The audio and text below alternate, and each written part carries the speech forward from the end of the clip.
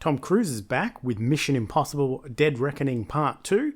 Wait, no, now it's the final reckoning. But will it really be the final? I guess we'll find out soon, but first, my thoughts on this final mission.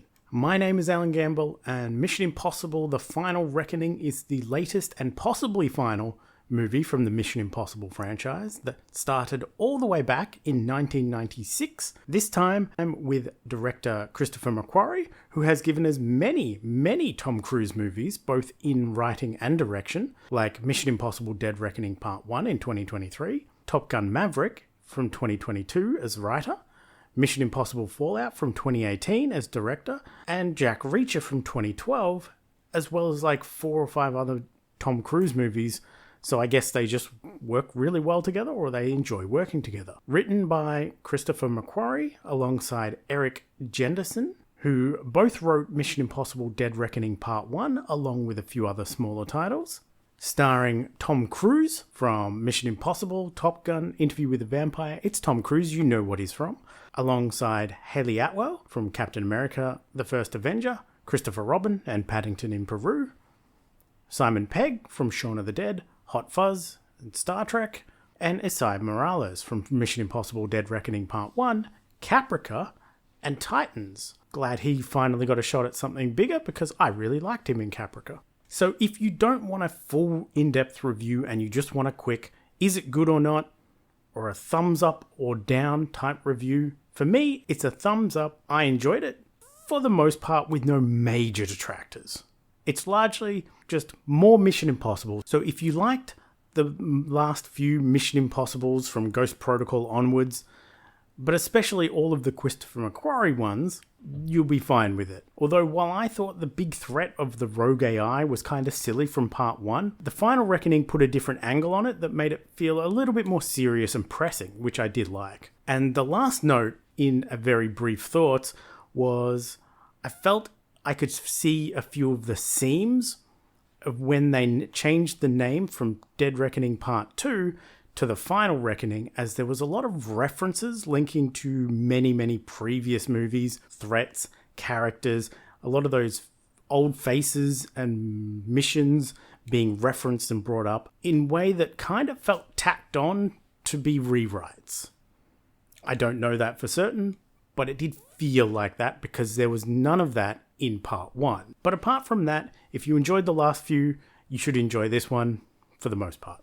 The Final Reckoning starts as picking up 2 months after the events of Dead Reckoning, so make sure you have given that a rewatch because it doesn't waste much time in kicking the ball rolling. It sets up the heightened stakes of the threat of the rogue AI, aka the Entity, which I still think is a very lame name, but with it pushed countries to the brink of conflict and global manipulation, and now seeking to gain access to the world's nuclear superpowers, their nuclear arsenals. Ethan and the team are obviously trying to chase both Gabrielle, played once again by Esai Morales, and track down the mystery of what the key opens and where it might be.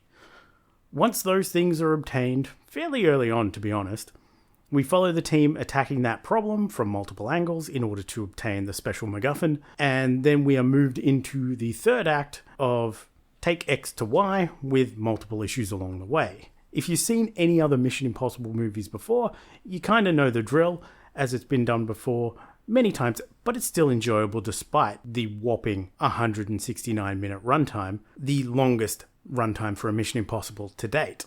So from this point on, there may be spoilers, so continue at your own peril.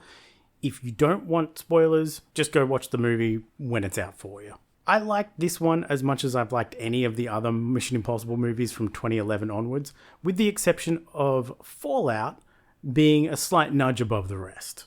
Even with the bloated runtime, which I noticed more in Dead Reckoning Part 1 over this one, but I still feel there were some things that could have been trimmed. But it was as solid as any of the other recent movies, which is worth mentioning just how solid the modern Mission Impossibles have been as a franchise.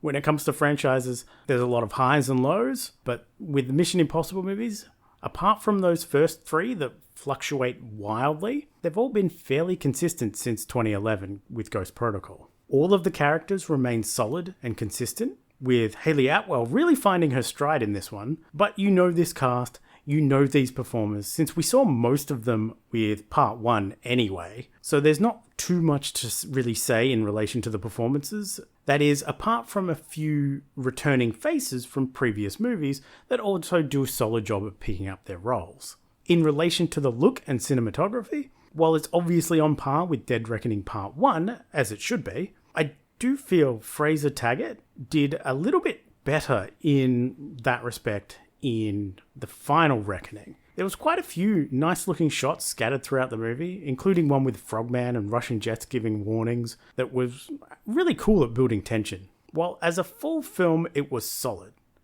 there was a couple of slight issues I did have with it. The first of which was feeling like I could see the seams of rewrites in the process of turning it from Dead Reckoning Part 2 to the final Reckoning. Incorporating and bringing back a lot of old faces, references to previous movies from Mission Impossible 1, 2, 3, as well as Angela Bassett from Fallout, and many more I'm sure I didn't even notice, but there was a significant amount. I just feel if the entire Dead Reckoning story was written to be a final movie, we would have had some of that and some of those references and callbacks in part 1, which we didn't. And I think that is the point that makes it really glaringly obvious of rewrites. I don't know that for certain, but that's what it felt like.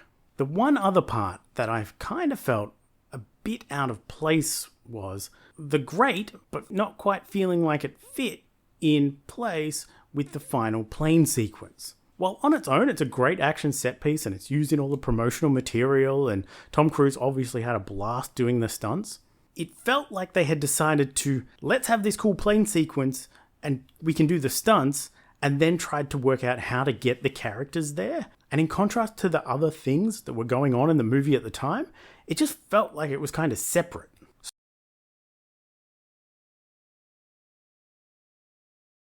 So ultimately, I liked Mission Impossible: The Final Reckoning.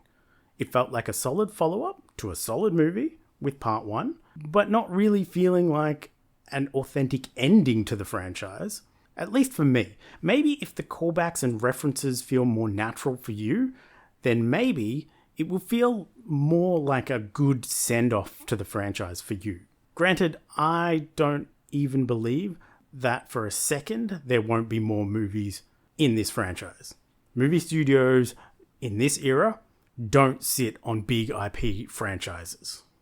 There's going to be more Mission Impossibles in some way, shape or form moving forward. It's a big, globe-trotting spy action-adventure movie like most of the previous Mission Impossible movies, so if you like those, you'll probably like this one. On my rating scale, I'd put it at around a 7, which on my scale is solid with no major issues. And if the callbacks and references feel more natural to you, maybe it would slide up to an 8. But that's it from me. If you're heading out to see Mission Impossible: The Final Reckoning, what did you think?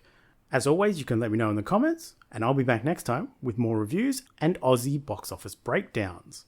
Bye!